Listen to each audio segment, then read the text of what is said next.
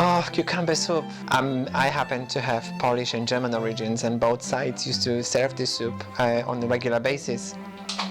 Is cucumber soup popular in this country? Have you ever had it? Because I know the history and the way my gran used to make cucumber soup, I never tried to make it in my own terms, because she had her own garden, she had her own gherkins, so she grated them herself, she pickled them herself, and then she used them in the kitchen. So I was like, how can I recreate this flavor? I don't think it's possible. But you know what? I had this meltdown recently of, being homesick. And I said, just try to make it. And I found in Polish shop this jar of grated cucumber in brine, which are, the same as my gran used to make, grated gherkin in brine or brine. And I give it a try, and the outcome was so good, and I had the tears in my eyes just of thinking, oh my God, my gran would be proud that I make something almost as good as hers. So this episode is very special to me, and the reason why it's special, it brings me back to when I was a little boy. It will start with very easy steps to make a broth.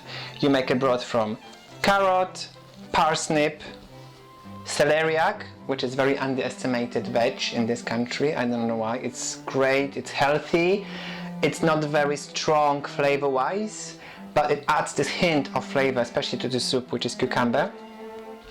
Few of potatoes, and I'm using leftover oregano, bay leaf, fresh. It makes difference when you cook, especially soup, trust me. And I have a dill to finish, and we have 2 chicken breasts, which I'm going to use for a flavor. I am going to reuse this chicken. So 3, 2, 1, start. So I'm peeling all the veg quickly. Now I do celeriac, and obviously we don't need whole, so I'm going to use 1/4 of it. And because it was reasonably clean, I will just give a very brief peel. Also, celeriac is such a great antioxidant. Apparently it has 6 times more vitamin C than lemons, so something to consider in your kitchen maybe. And these are the 3 veg which will be grated, and that's the reason the soup also has significant flavor and also look, because the way the veg are presented in the meal. So I have a grater.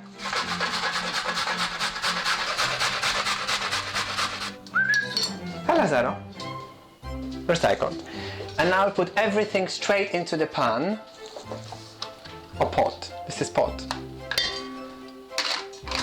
Amount of ingredients depends how many you cook for. So I cook this soup for 4 people, and so I think actually the 1 large carrot is enough. And then parsnip, I think that will be enough. So the last bit is celeriac.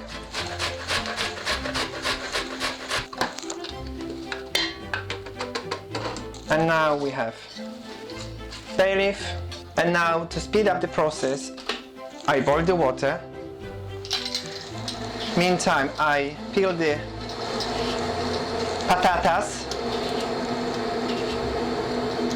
I'm also adding, it's not very Polish and it's not traditional, I'm adding turmeric root. It adds really nice flavor and the color, obviously. Then I'm adding garlic. Water is ready, so here we are. It's over 1 liter here.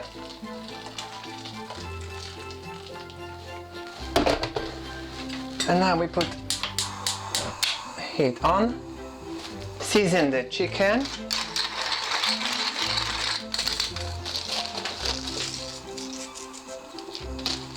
Voila. Off you go. Off you go. And off you go. And cover it bring it to the simmer, which will take quite a few minutes. I'm carrying on with the garlic. It's really hard to overdose garlic, really, especially in a soup like that with so many ingredients. With the spatula. There we go. Another secret of a good soup is a stock cube. This is my favorite from Knorr because it smells great, which always says a lot about a good stock. And that's when I add it now. Once everything is in a pot, the potatoes are to be squared, and because potato is quite soft and it takes very short time to cook it through, it comes at the end. So oregano comes in, fantastic. So at this stage it's around 10 minutes on a low heat. Everything is nice and soft and has this color which I said about turmeric. And it's the time to add potato. So dash it in, give a gentle stir, and in 2 minutes we're going to add a hero of the day, which is a gherkin. Oh my god, I'm so excited. So let's take it off. Alright.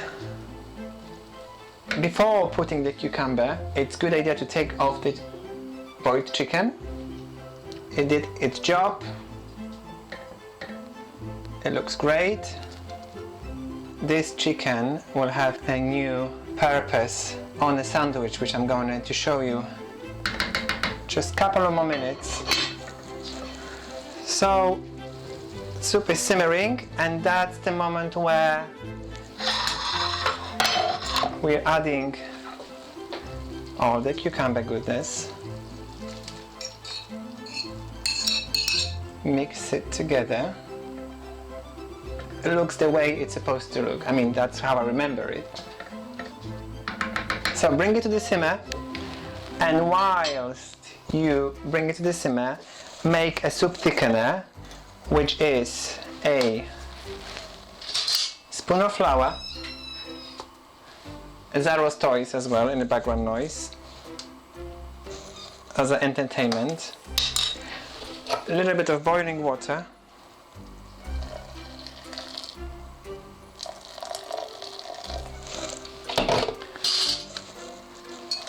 mix it all together, and also what I'm going to do, you add a dash of cream, double, single, doesn't matter.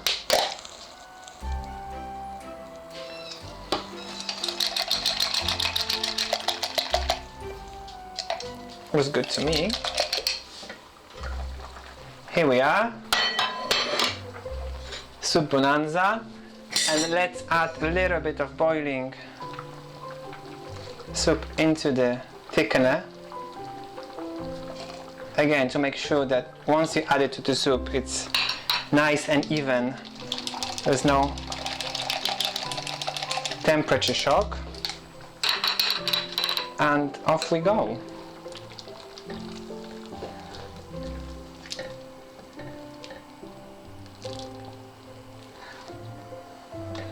It looks great to me.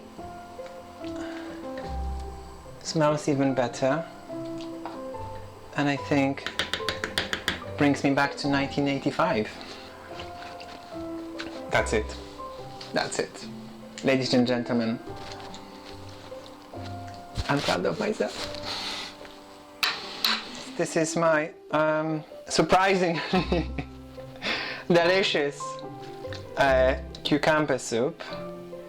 Here we are, soup for everyone. And we will add some finishing touches. And this is where a dill play its role, and creme fraiche. And garnish with a little bit of pepper. Spice up your life. and enjoy your meal. I'm sure I will enjoy this soup, and I do hope you will too.